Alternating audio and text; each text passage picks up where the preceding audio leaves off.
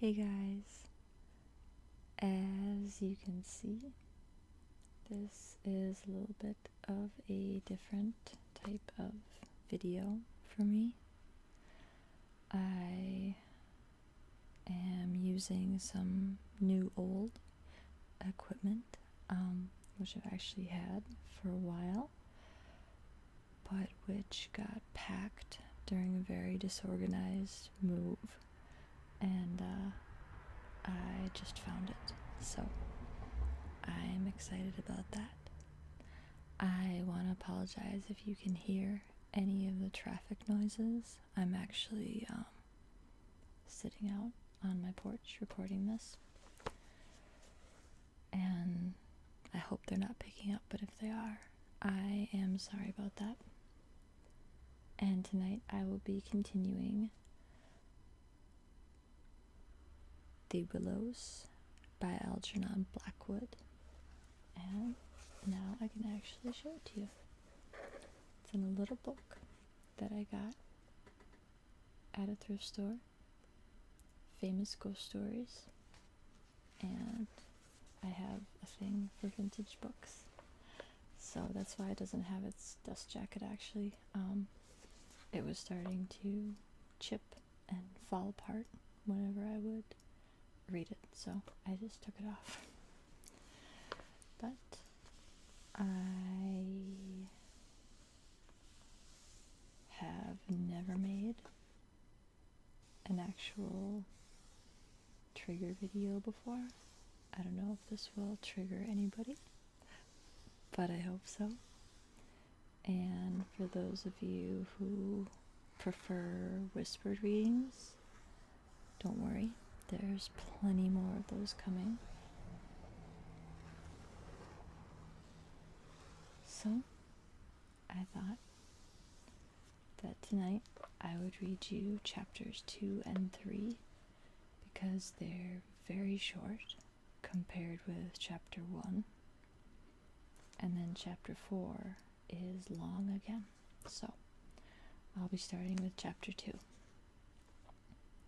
And at the end of chapter 1, the narrator and his companion were on a trip down the Danube. I'm not sure why, but they were on a trip down the Danube in a canoe during flood time. And I've never been on the Danube, but I do live in an area with a lot of rivers and lakes, and so I can kind of picture what they're talking about with flood time and the little islands that disappear and then reappear again, and the narrator is becoming very unnerved by the willows. Not actual trees, just like here in the US, I guess it would be just like a wetland or a marsh, those little plants that grow up. Anyway, I will let the narrator tell the story. Alright, part 2. Suddenly I found myself lying awake, peering from my sandy mattress through the door of the tent. I looked at my watch pinned against the canvas and saw by the bright moonlight that it was past 12 o'clock, the threshold of a new day, and I had, therefore, slept a couple of hours. The Swede was asleep still beside me. The wind howled as before. Something plucked at my heart and made me feel afraid. There was a sense of disturbance in my immediate neighborhood. I sat up quickly and looked out. The trees were swaying violently to and fro as the gusts smote them, but our little bit of green canvas lay snugly safe in the hollow, for the wind passed over it without meeting enough resistance to make it vicious. The feeling of disquietude did not pass, however, and I crawled quietly out of the tent to see if our belongings were safe. I moved carefully, so as not to waken my companion. A curious excitement was on me. I was halfway out, kneeling on all fours, when my eye first took in that the tops of the bushes opposite, with their moving tracery of leaves, made shapes against the sky. I sat back on my haunches and stared. It was incredible, surely, but there, opposite and slightly above me, were shapes of some indeterminate sort among the willows, and as the branches swayed in the wind, they seemed to group themselves about these shapes, forming a series of monstrous outlines that shifted rapidly beneath the moon. Close, about 50 feet in front of me, I saw these things. My first instinct was to waken my companion, that he too might see them. But something made me hesitate. The sudden realization, probably, that I should not welcome corroboration. And meanwhile, I crouched there, staring in amazement, with smarting eyes. I was wide awake. I remember saying to myself that I was not dreaming. They first became properly visible, these huge figures, just within the tops of the bushes. Immense, bronze-colored, moving, and wholly independent of the swaying of the branches.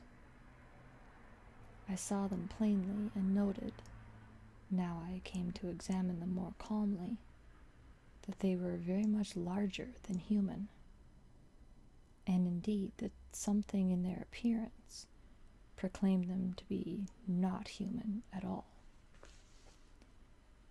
Certainly they were not merely the moving tracery of the branches against the moonlight. They shifted independently. They rose upward in a continuous stream from earth to sky, vanishing utterly as soon as they reached the dark of the sky. They were interlaced one with another, making a great column, and I saw their limbs and huge bodies melting in and out of each other, forming this serpentine line that bent and swayed and twisted spirally with the contortions of the wind-tossed trees. They were nude, fluid shapes, passing up the bushes, within the leaves almost, rising up in a living column into the heavens. Their faces I could never see. Unceasingly they poured upward, swaying in great bending curves, with a hue of dull bronze upon their skins. I stared, trying to force every atom of vision from my eyes. For a long time, I thought that they must, every moment, disappear and resolve themselves into the movements of the branches and prove to be an optical illusion.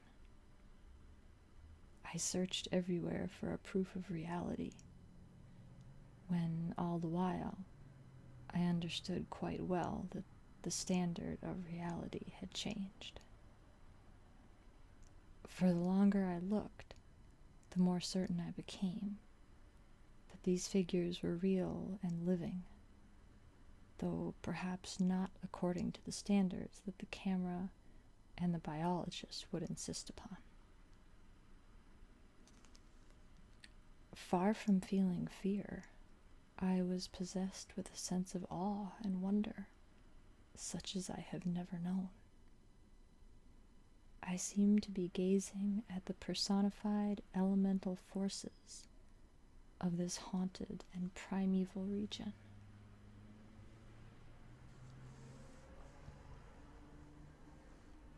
Our intrusion had stirred the powers of the place into activity. It was we who were the cause of the disturbance, and my brain filled to bursting with stories and legends of the spirits and deities of places that have been acknowledged and worshipped by men in all ages of the world's history. But before I could arrive at any possible explanation, something impelled me to go farther out, and I crept forward on to the sand and stood upright. I felt the ground still warm under my bare feet. The wind tore at my hair and face, and the sound of the river burst upon my ears with a sudden roar. These things, I knew, were real, and proved that my senses were acting normally. Yet the figure still rose from earth to heaven, silent, majestically, in a great spiral of grace and strength that overwhelmed me at length with a genuine, deep emotion of worship. I felt that I must fall down and worship, absolutely worship. Perhaps in another minute I might have done so, when a gust of wind swept against me with such force that it blew me sideways, and I nearly stumbled and fell. It seemed to shake the dream violently out of me. At least it gave me another point of view somehow. The figure still remained, still ascended into heaven from the heart of the night. But my reason at last began to assert itself. It must be a subjective experience, I argued. None the less real for that, but still subjective. The moonlight and the branches combined to work out these pictures upon the mirror of my imagination. And for some reason, I projected them outward and made them appear objective. I knew this must be the case, of course. I was the subject of a vivid and interesting hallucination. I took courage and began to move forward across the open patches of sand. By Jove, though, was it all hallucination? Was it merely subjective? Did not my reason argue in the old futile way from the little standard of the known?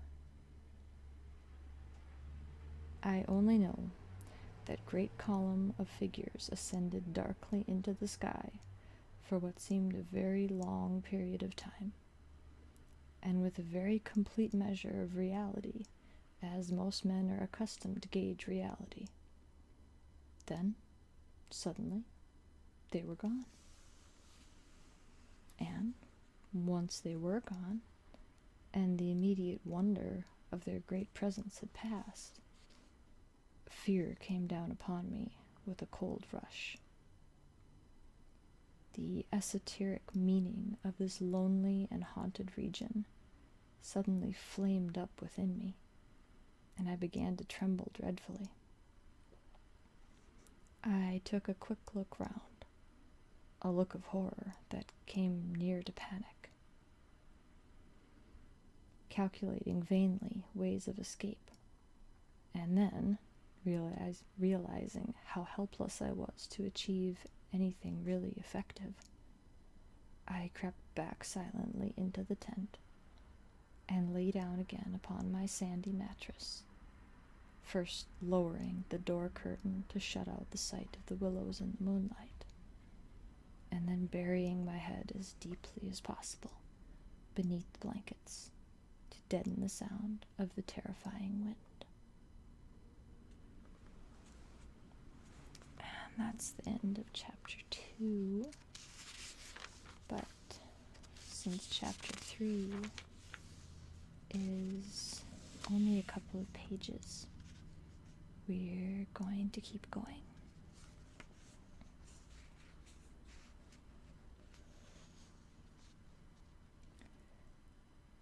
as though further to convince me that I had not been dreaming. I remember that it was a long time before I fell again into a troubled and restless sleep. And even then, only the upper crust of me slept. And underneath, there was something that never quite lost consciousness, but lay alert and on the watch. But the second time, I jumped up with a genuine start of terror. It was neither the wind nor the river that woke me, but the slow approach of something that caused the sleeping portion of me to grow smaller and smaller till at last it vanished altogether, and I found myself sitting bolt upright, listening.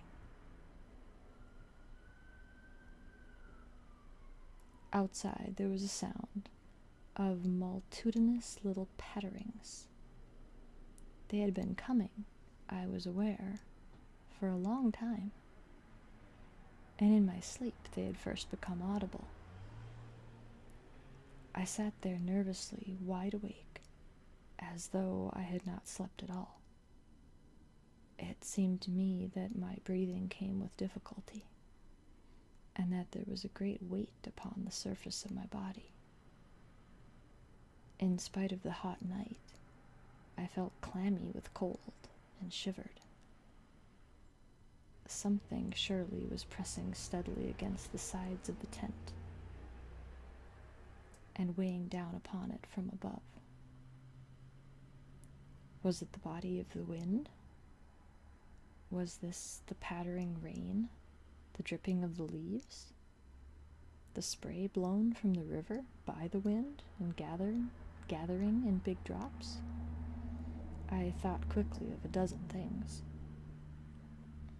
Then, suddenly, the explanation leapt into my mind.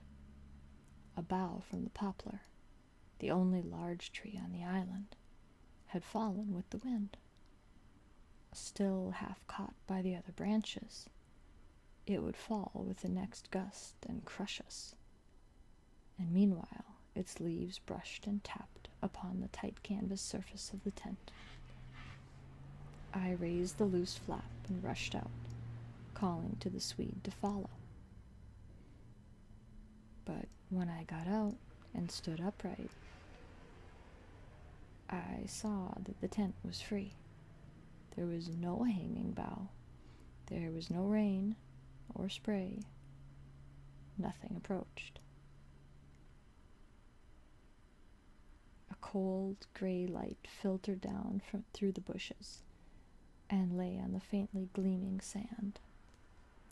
Stars still crowded the sky directly overhead, and the wind howled magnificently. But the fire no longer gave out any glow, and I saw the east reddening in streaks through the trees. Several hours must have passed since I stood there before, watching the ascending figures, and the memory of it now came back to me horribly, like an evil dream. Oh, how tired it made me feel, that ceaseless raging wind. Yet, though the deep lassitude of a sleepless night was on me, my nerves were tingling with the activity of an equally tireless apprehension, and all idea of repose was out of the question. The river, I saw, had risen further. Its thunder filled the air, and a fine spray made itself felt through my thin sleeping shirt. Yet nowhere did I discover the slightest evidence of anything to cause alarm. This deep, prolonged disturbance in my heart remained wholly unaccounted for. My companion had not stirred when I called him, and there was no need to waken him now. I looked about me carefully, noting everything. The turned-over canoe, the yellow paddles, 2 of them, I'm certain, the provision sack, and the extra lantern hanging together from the tree, and, crowding everywhere about me, enveloping all the willows, those endless, shaking willows. A bird uttered its morning cry, and a string of ducks passed with a whirring flight overhead in the twilight. The sand whirled, dry and stinging, about my bare feet in the wind. I walked round the tent, and then went out a little way into the bush, so that I could see across the river to the farther landscape, and the same profound yet indefinable emotion of distress seized upon me again, as I saw the interminable sea of bushes stretching to the horizon, looking ghostly and unreal in the wan light of dawn. I walked softly here and there, still puzzling over that odd sound of infinite pattering, and of that pressure upon the tent that had wakened me. It must have been the wind, I reflected, the wind beating upon the loose, hot sand, driving the dry particles smartly against the taut canvas, the wind dropping heavily upon our fragile roof. Yet all the time my nervousness and malaise increased appreciably. I crossed over to the farther shore and noted how the coastline had altered in the night, and what masses of sand the river had torn away. I dipped my hands and feet into the cool current and bathed my forehead. Already there was a glow of sunrise in the sky, and the exquisite freshness of coming day. On my way back, I passed purposely beneath the very bushes where I had seen the column of figures rising into the air, and midway among the clumps, I suddenly found myself overtaken by a sense of vast terror. From the shadows, a large figure went swiftly by. Someone passed me, as sure as ever man did. It was a great staggering blow from the wind that helped me forward again, and once out in the more open space, the sense of terror diminished strangely. The winds were about and walking, I remember saying to myself, for the winds often move like great presences under the trees. And altogether the fear that hovered about me was such an unknown and immense kind of fear, so unlike anything I had ever felt before, that it woke a sense of awe and wonder in me that did much to counteract its worst effects. And when I reached a high point in the middle of the island, from which I could see the wide stretch of river, crimson in the sunrise, the whole magical beauty of it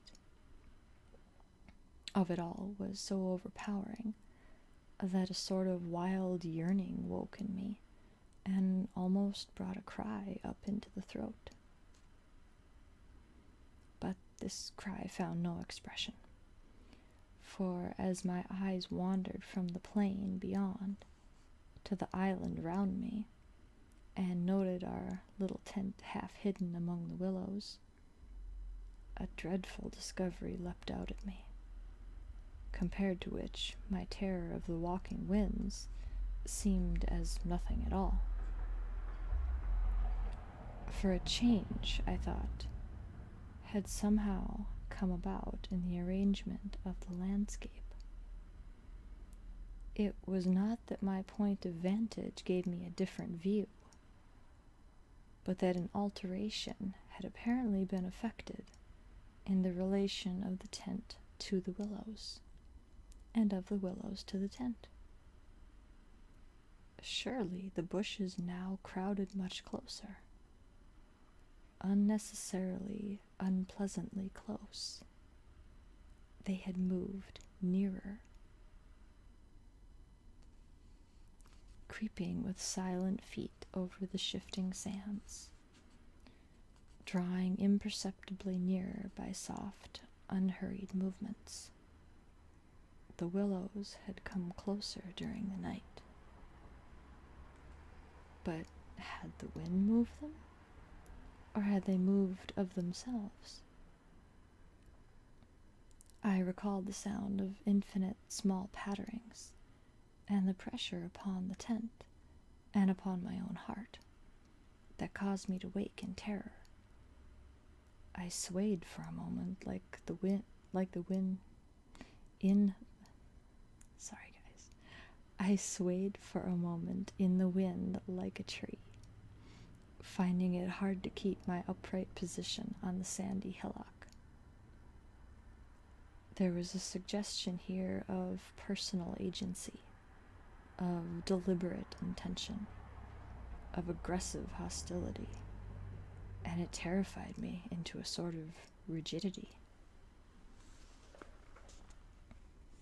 Then the reaction followed quickly.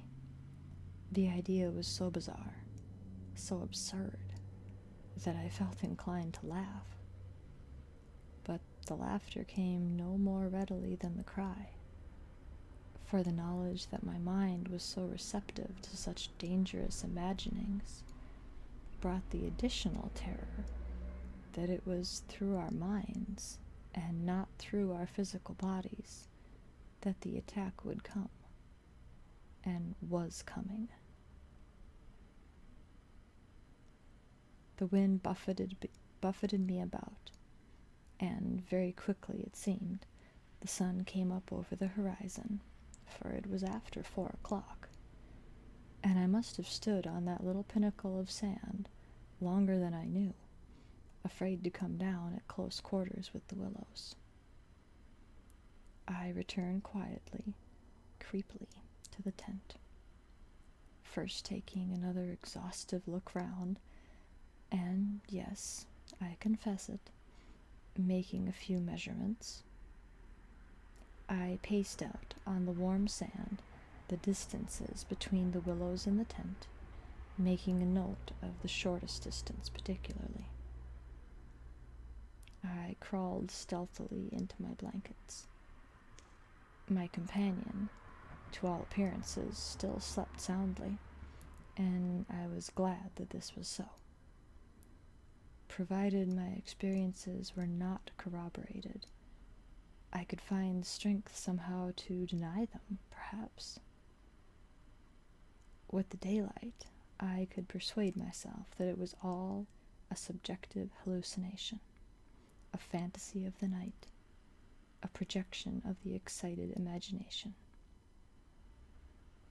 Nothing further came to disturb me, and I fell asleep almost at once, utterly exhausted, yet still in dread of hearing again that weird sound of multitudinous pattering, or of feeling the pressure upon my heart that had made it difficult to breathe. And that's the end of part 3. I hope you're enjoying both the story, the different voice, and now the different type of video. I plan on doing a lot more like this, but for now, I hope you enjoyed. I'll be back with chapter 4 very soon, and sleep well.